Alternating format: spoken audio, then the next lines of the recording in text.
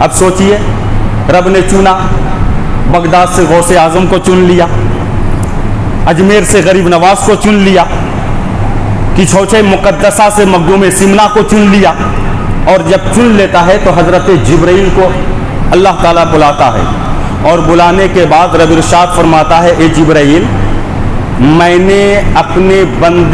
اس بندے سے محبت کرنے لگا ہوں، میں اپنے اس بندے سے محبت کر رہا ہوں۔ ایک بات میں آپ کو بتاؤں، اللہ کی غیرت الوہیت اس بات کو نہیں کی کرتی ہے، اجازت دیتی ہے کہ وہ اپنے لیے کسی کو شریک ٹھہرائے، سمجھ ماری نا، اپنے لیے کسی کو وہ شریک نہیں ٹھہراتا ہے، لیکن دو جگہ ایسے ہی ہے کہ وہ شریک اپنے ساتھ ٹھہراتا ہے، دو جگہ شریک کرتا ہے اور پھر بھی شرک نہیں ہوتا ہے۔ ایک تب جب ان کے محبوب پر درود پڑھنے کی باری آتی ہے، سمجھ میں آ رہی ہے نا، اللہ تعالیٰ فرماتا ہے ان اللہ و ملائکتہ، بے شک اللہ اور اس کے فرشتے درود پڑھتے، تو دیکھو رب بھی پڑھ رہا ہے اور اپنے ساتھ فرشتے کو بھی شریک کر لیا ہے، سمجھ میں۔ اور دوسری جگہ جب اللہ تعالیٰ اپنے بندے سے محبت کرتا ہے تو اس محبت میں مخلوق کو بھی شامل فرما لیتا ہے۔ اب دیکھیے رب نے کیا فرمایا کہ میں اس بندے سے محبت کرتا ہوں، تو حضرت جبرائیل عرض کرتے ہیں مولا ہمارے لیے کیا حکم ہے؟ اللہ تعالیٰ فرماتا ہے تم بھی اس سے محبت کرو، کیا کرو؟ تم بھی اس سے محبت کرو، سمجھ میں آ رہی ہے نا۔ جبرائیل علیہ السلام بھی محبت کرنے لگتے ہیں۔ اب جبرائیل علیہ السلام رب کی بارگاہ میں عرض کرتے ہیں مولا اب ہمارے لیے کیا حکم ہے؟ اللہ تعالیٰ ارشاد فرماتا ہے جا کے فرشتوں میں اعلان کر دو کہ جو میرا فرشتہ رہنا چاہتا ہے وہ سب کے سب اس سے محبت کرے، اس سب کے سب کس سے محبت کرے؟ اس کا کہتے بندے سے محبت کرے۔ اب آپ دیکھیے کیا کہتے ان کی محبت کا چرچا، ان کی محبت کا ذکر، اللہ والوں کی محبت کا ذکر زمین پہ بعد میں ہوتا ہے، آسمانوں پہ پہلے ذکر ہو رہا ہوتا ہے، تو اس کے بعد فرشتے زمین آسمان میں یہ اعلان فرما دیتے ہیں، سارے فرشتے اس اللہ کے بندے سے محبت کرنے لگتے ہیں۔ اب فرشتے عرض کرتے ہیں مولا تیرے بندے کی محبت کی بات ہے، اب بتائیے کیا حکم ہے؟ اللہ تعالیٰ ارشاد فرماتا ہے اب زمین پر جاؤ اور جتنے پاک دل ہیں ان میں اس بندے کی محبت ڈال دو، تو جتنے پاک دل ہوتے ہیں اب جو اللہ کے ولی سے محبت کرتے ہیں اللہ نے ان کے دلوں کو چن لیا ہے، اللہ نے ان کے دلوں کو چن لیا ہے۔ اب اگر کوئی محبت نہیں کرتا ہے آپ لاکھ سمجھا لیں، آپ کہیں گے یار یہ ولی کو نہیں مانتا ہے، یہ ولی کو نہیں جانتا ہے، یہ ولی کے خلاف اعتراض کر رہا ہے، ارے سنو زندگی ختم ہو جائے گی، اس کے دل میں اللہ کی محبت نہیں ڈال سکتے، اس لیے کہ اللہ نے ان کے دل کو اپنے ولی کی محبت کے لیے چنا ہی نہیں ہے، چنا ہی نہیں ہے۔ تو رب جس کے دل کو چنتا ہے وہی اللہ سے محبت، اللہ کے ولی سے محبت کرتا ہے۔ تو پتا کیا چلا کہ اللہ کے ولی سے محبت کرنا یہ رب کی سنت ہے۔ اور ایک حدیث سنا دوں، بڑی کہا کہتے اہم حدیث ہے، حضرت امام احمد بن حنبل رضی اللہ تعالیٰ عنہ روایت کرتے ہیں، اور اس حدیث پاک کو امام بخاری نے روایت کیا ہے، حضرت امام حسن عسکری نے مرسلن روایت کیا ہے، ابن سیری علیہ رحمہ نے بھی مرسلن روایت کیا ہے۔ وہ فرماتے ہیں کہ 3 دن تک نبی اکرم صلی اللہ علیہ وسلم مسجد آتے اور چلے جاتے، کوئی واز نہیں کرتے، کوئی نصیحت نہیں کرتے، کوئی واز کوئی نصیحت نہیں، نماز پڑھتے چلے جاتے، 3 دن تک مسلسل اسی طرح آقا آتے رہے جاتے رہے۔ اب صحابہ سے کہاں رہا جائے، بے چین ہو جاتے ہیں، سمجھ میں آ رہی ہے نا۔ وہ تو اگر نہ دو بات اگر نہ سنے آقا کی تو وہ پریشان ہو جاتے تھے۔ تو تیسرے دن اللہ کے حبیب صلی اللہ علیہ وسلم بیٹھے، صحابہ نے عرض کیا یا رسول اللہ صلی اللہ علیہ وسلم 3 دن تک آپ آتے رہے اور جاتے رہے، بالکل کوئی واضح و نصیحت نہیں فرمائے۔ آقا نے فرمایا کہ اللہ تعالیٰ نے فرمایا کہ میرے محبوب 70,000 آپ کی امت میں سے 70,000 کو میں نے یہ اختیار دیا ہے کہ وہ بغیر حساب و کتاب کے جنت میں چلے جائیں، سمجھ میں آ رہی ہے نا۔ اور وہ لوگ ہوں گے جن کے چہرے نور کی طرح چمک رہے ہوں گے، یعنی اللہ کے ولی، سمجھ میں آ رہی ہے نا۔ 70,000 ایسے اللہ کے ولی ہوں گے کہ وہ بغیر حساب و کتاب کے کہاں جائیں گے، جنت میں جائیں گے. سمجھ میں آ رہی ہے نا؟ تو اللہ کے حبیب صلی اللہ علیہ وسلم نے فرمایا کہ جب رب کائنات نے یہ فرمایا تو میں نے اللہ کی بارگاہ میں عرض کیا یا اللہ کچھ اور زیادہ کر دیجئے, کچھ اور کیا کیجئے, زیادہ کر دیجئے. تو ایک دن تک میں التجا کرتا رہا تو اللہ تعالیٰ نے فرمایا چلو ہر 1000 میں سے ایک 70,000 کو لے جائے گا. یعنی اب کتنے ہو گئے؟ 70 ہو گئے. سمجھ میں آ رہی ہے نا؟ 70,000 کو لے جائے گا. تو اللہ کے حبیب صلی اللہ علیہ وسلم نے ارشاد فرمایا کہ میں نے پھر رب کی بارگاہ میں عرض کیا کہ یا اللہ اور بڑھا دیجیے, اور بڑھائیے. تو اللہ تعالیٰ نے ارشاد فرمایا کہ جاؤ ان 70,000 میں سے ہر ایک اپنے ساتھ 70,000 کو لے کر جائے گا. ہر ایک اپنے ساتھ کتنے کو؟ 70,000 کو. یعنی ایک ولی 70,000 کو لے کے جائے گا. تو ہر ایک اپنے ساتھ 70,000 کو لے کر جائے گا. معزز سامعین کرام غور کیجئے گا. سمجھ میں آ رہی ہے نا؟ مریدین ہونے کا فائدہ کیا ہے, متوسلین ہونے کا فائدہ کیا ہے, اللہ کے ولی سے محبوب, اللہ کے ولی سے محبت کرنے کا فائدہ کیا ہے. اب آگے آقا ارشاد فرماتے ہیں, اور اب جو حدیث آ رہی ہے وہ مسلم شریف بھی ہے اور بخاری شریف میں بھی ہے. اب اللہ کے حبیب صلی اللہ علیہ وسلم ارشاد فرماتے ہیں کہ وہ جو 70,000 اپنے ساتھ 70,000 کو لے کر جائے گا, ایک روایت میں 7 لاکھ ہے, ایک روایت میں 7 لاکھ ہے. اب فرماتے ہیں کہ اس سلسلے کا جو سب سے بڑا ہوگا, مثال کے طور پر سلسلے اشرفیہ میں مخدوم سمنا ہے, سلسلے قادریہ میں غوث اعظم ہے, سلسلے چشتیہ میں غریب نواز ہے, جو اس سلسلے کا سب سے بڑا ہوگا وہ جنت کے دروازے پر کھڑا ہو جائے گا اور اس وقت تک وہ جنت میں نہیں جائے گا جبکہ اس کے 70,000 یا 7 لاکھ میں سے آخری محب جنت میں نہ چلا جائے. اس وقت تک وہ جنت میں نہ جائے گا. جب سب جنت میں چلا جائے گا تب وہ آخر میں جنت میں جائے گا. اور آقا ارشاد فرماتے ہیں یہ جو 70,000 کو لے کر جائیں گے, یہ حساب و کتاب سے پہلے ہوگا. نہ اس وقت میزان ہوگا, نہ ترازو ہوگا, نہ کوئی حساب و کتاب نہیں. سب سے پہلے اور حساب و کتاب کے بعد تو اولیاء کرام کی شفاعت سے, نبی کی شفاعت سے لاکھوں لوگ جنت میں جائیں گے, کروڑوں لوگ جنت میں جائیں گے. یہ اس وقت کی بات ہے, کوئی حساب و کتاب نہیں. ہر 70,000 ولی اپنے ساتھ 70,000 محبین کو لے کے جنت میں جائے گا. اللہم صلی علی سیدنا شفیعنا بارک وسلم, صلاۃ و سلام علیک یا رسول اللہ, صلاۃ و سلام علیک یا حبیب اللہ. تو یہ ہوتا ہے اللہ کے ولی سے محبت کرنے کا جزا ملتا ہے. تو دوستو, فارق السلطنت سید مخدوم اشرف جہانگیر سمنانی رضی اللہ تعالیٰ عنہ کا یہ جو عرس منایا جا رہا ہے 630 پر 6واں عرس ہے. سمجھ میں آ رہی ہے نا؟ آپ لوگوں سے میں مؤدبانہ گزارش کرتا ہوں کہ آپ اللہ کے ولی سے محبت کیجئے اور ان کا جو عرس ہو رہا ہے منگل کے دن آتا ہے 20 پر 8 تاریخ, آپ ان کے نام صدقہ کیجئے, خیرات کیجئے, اپنے گھروں میں فاتحہ کیجئے, غریبوں مسکینوں کو کھلائیے. اس لیے کہ جو اللہ کے ولی ہوتے ہیں وہ سخی ہوتے ہیں. کیا ہوتے ہیں؟ سخی ہوتے. یہی وجہ تھی کہ جتنے بزرگان دین تھے ہمیشہ ان کی خانقاہوں میں لنگر چلا کرتا تھا. سمجھ میں آ رہی ہے نا؟ لنگر چلا کرتا تھا.